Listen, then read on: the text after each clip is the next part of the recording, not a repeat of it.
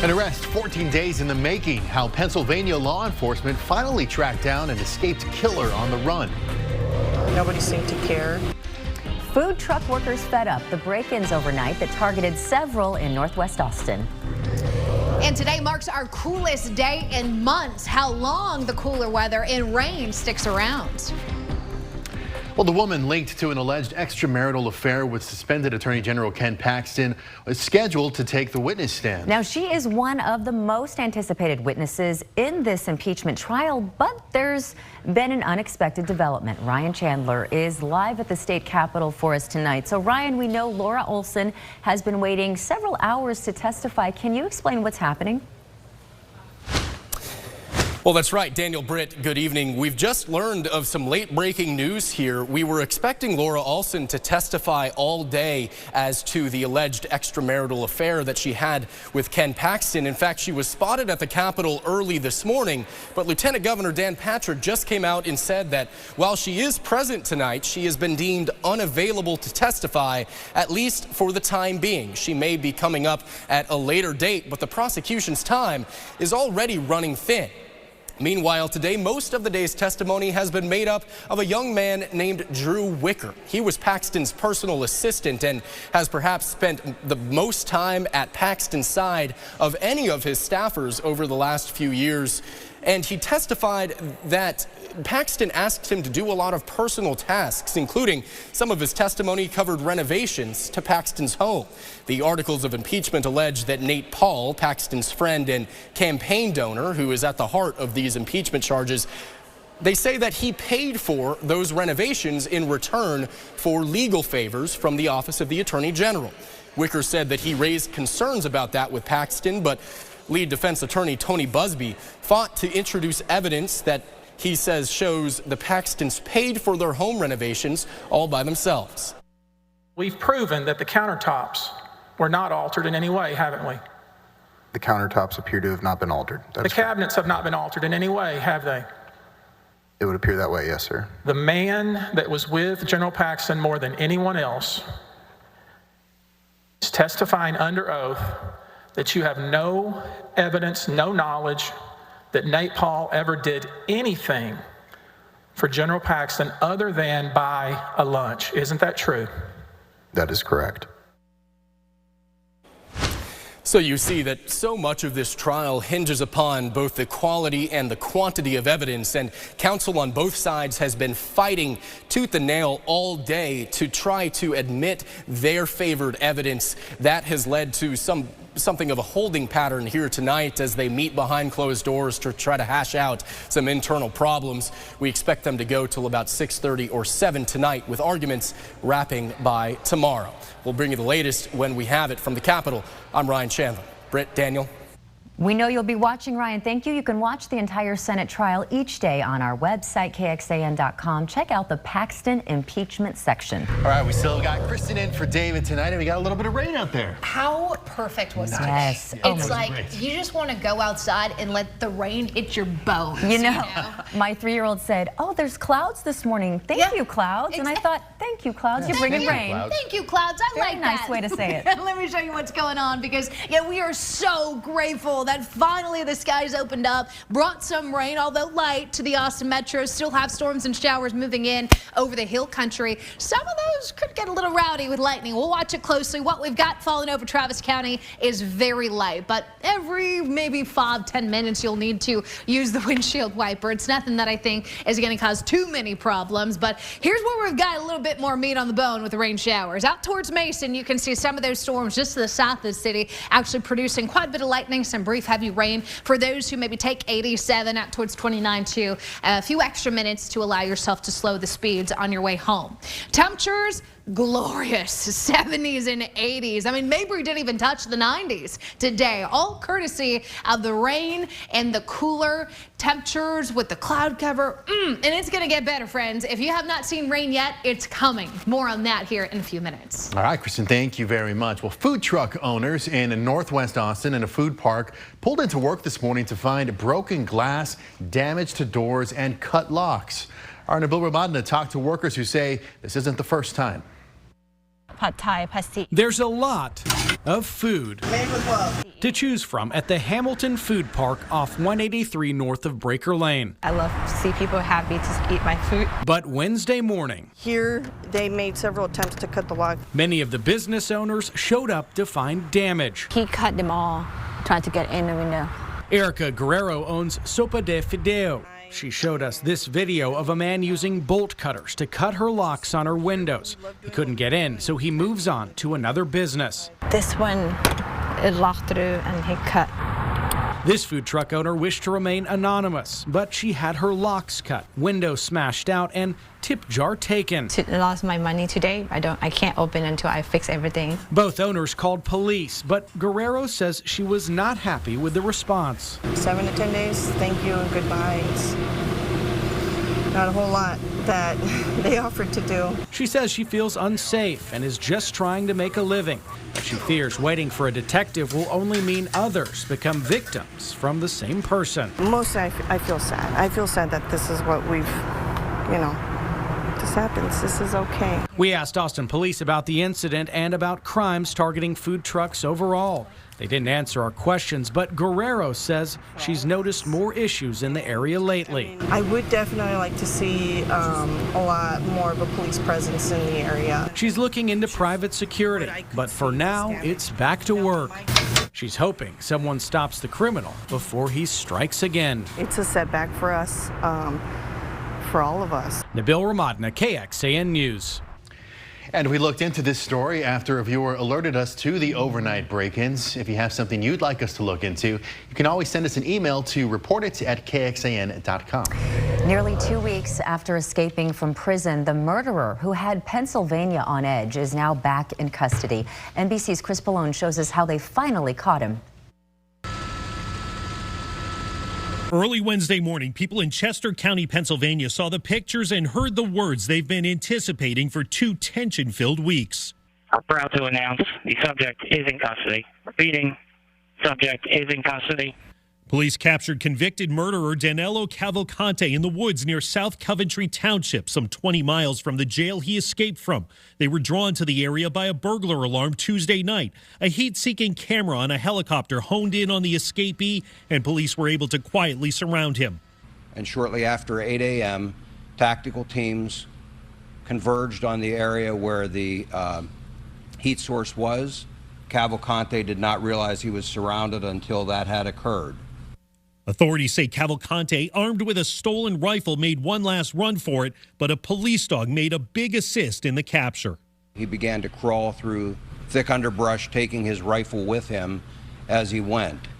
The dog subdued him, and team members from both of those teams immediately moved in. Out of nowhere, everybody started to congregate back by the shed, and here they were already bringing them out. One camouflage trooper had his gun, his rifle, and then they were walking him up. The capture, welcome news for people in this rural area an hour outside Philadelphia. It was actually pretty emotional. It's a sigh of relief that they've got him. People here have been on edge since Cavalcante scaled a jail wall and ran off late last month, just 9 days after being sentenced to life in prison, convicted of the brutal stabbing death of his former girlfriend in 2021. It's just nice to see it come to a conclusion. Police say their first call to announce Cavalcante's capture was to the family members of the woman he murdered. It's absolutely horrible, telling somebody, I can't fix your car.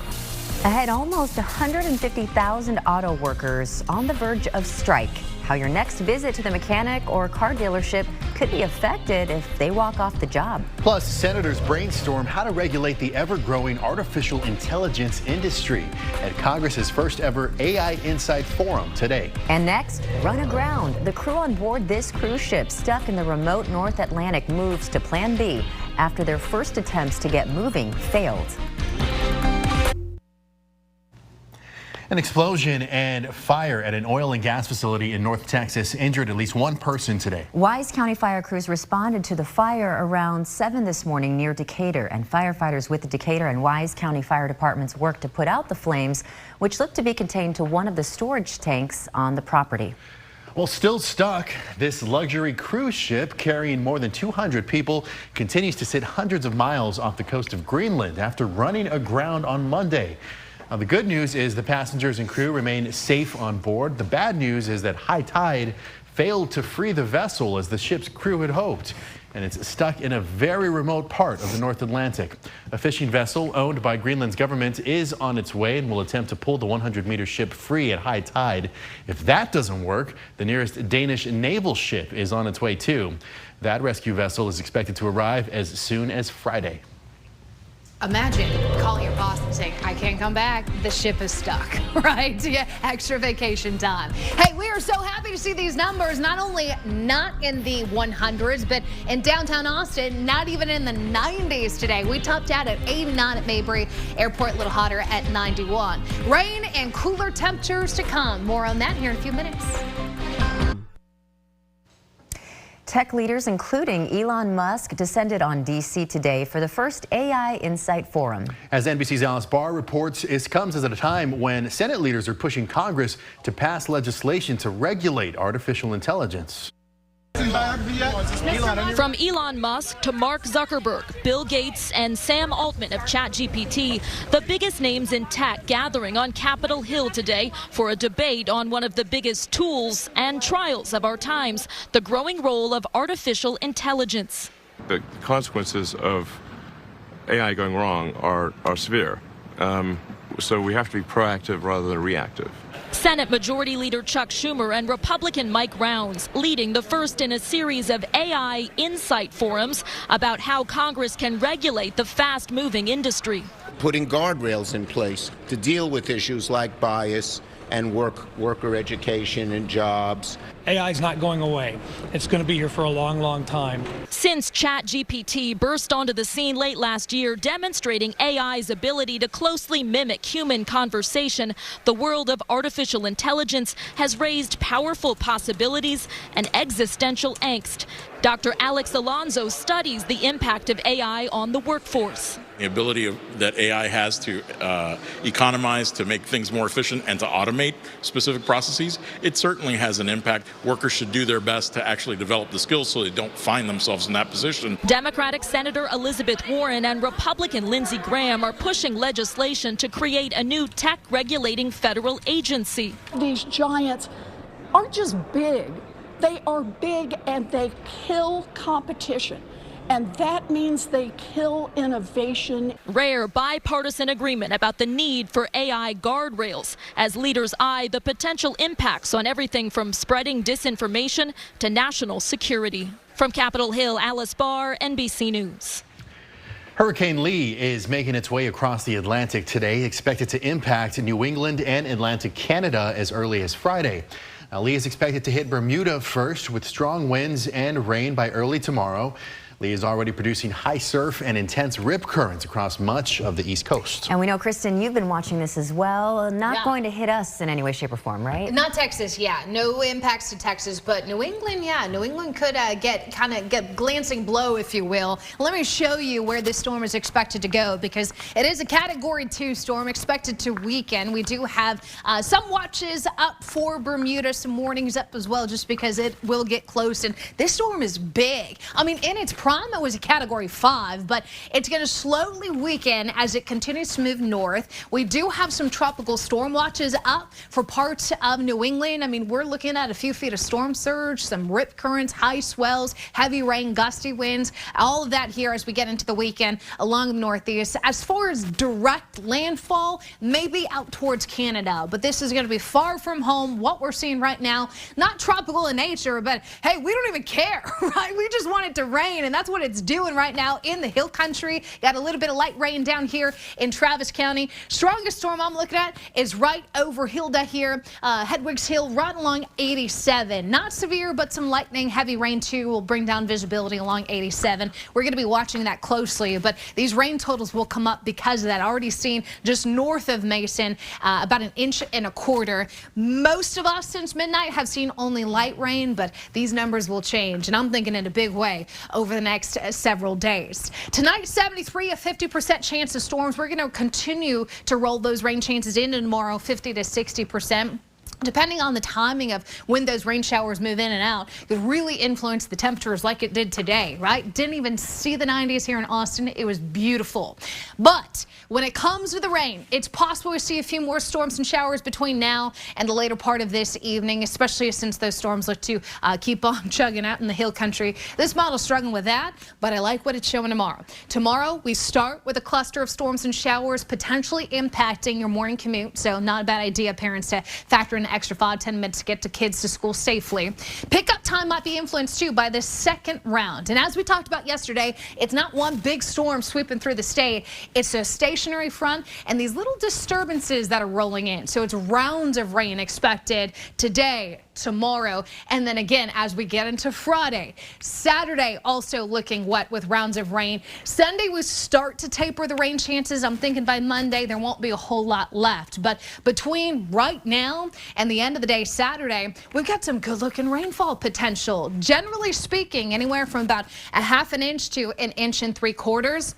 Certainly looking at the possibility of more, though. In fact, some of those beefier showers and storms could put down quite a bit of rain in a short amount of time, and some nuisance flooding will be possible here. I'm not talking widespread river kind of flooding with this, especially because we're so dry. I mean, our ground will be able to hold a lot. We might run into some issues with some ponding, the low-lying spots flooding out briefly. But hey, rain is a good thing and something to plan for if you're going to be out watching Lampas's Take on Connolly here. You'll notice temperatures will be in the 80s. We've got storms and showers in the area, so the lightning concern is there. But I'm hoping this will just be plain old rain. What's better than playing or watching the game in the rain? I think we've been so dry and we've been so hot that it's gonna take a lot to dampen our spirits with this rainfall forecast here. 60% today, 70% I should say, as we get into Friday here. So our rain chances will improve and peak Friday, slowly come down into the weekend. Potentially soggy for tailgaters on Saturday. Temperatures not bad, low 90s for most days. It's when the rain shuts off, the sunshine comes back. We see a little bit of a warm up there Tuesday, Wednesday. Overnight lows upper 60s to low 70s for the next week. Well, it's not just Hollywood, just how many Texan jobs are being impacted by the film and TV writers' strike. Russian President Vladimir Putin and North Korean leader Kim Jong-un met for talks today at the Russian spaceport. During the meeting, Putin signaled a potential willingness to assist North Korea in developing its space and satellite program. Utah Republican Senator Mitt Romney has announced that he is not running for a second term. I'm sure someone here His current has term ends in 2025. The 76-year-old made the announcement on Twitter saying, quote, "It's time for a new generation of leaders." Romney was elected to the Senate in 2018. Today in Austin, members of the union representing actors and writers for film and TV rallied in North Austin. A handful of SAG-AFTRA supporters protested in front of the Amazon location at the Domain. Union members are asking for a cut of streaming revenue and protections against artificial intelligence, among other things. We have about 2,000 actors right here in Texas who work for a living as actors. They care about their trade, what they do, and they deserve respect and the dignity that comes with a good paycheck and basic worker protection. The strike officially started back in July. Auto workers could walk off the job later this week. As NBC News' Jesse Kirsch reports, it comes at the same time American automakers are trying to showcase their new vehicles. We're here in Detroit at the city's auto show kicking off today, but arguably there's a lot more buzz about what's going on behind the scenes than about what's happening out here on the show floor. That's because the United Auto Workers and the big three, GM, Stellantis, and Ford, are currently in the middle of negotiations trying to avert a strike between those three companies and roughly 150,000 workers. Potential implications for you if you're looking to buy a new car, if you need a repair on the car you currently own, and of course we're talking about the livelihoods of thousands of people. What we know about the latest negotiation offers from both sides, as well as the potential impact for you watching at home. All of that and much more coming up tonight on Nightly News. And later tonight on KXAN, it's America's Got Talent at 7 o'clock, and then back-to-back episodes of Night Court, followed by Chicago PD, and then we're back with KXAN News at 10.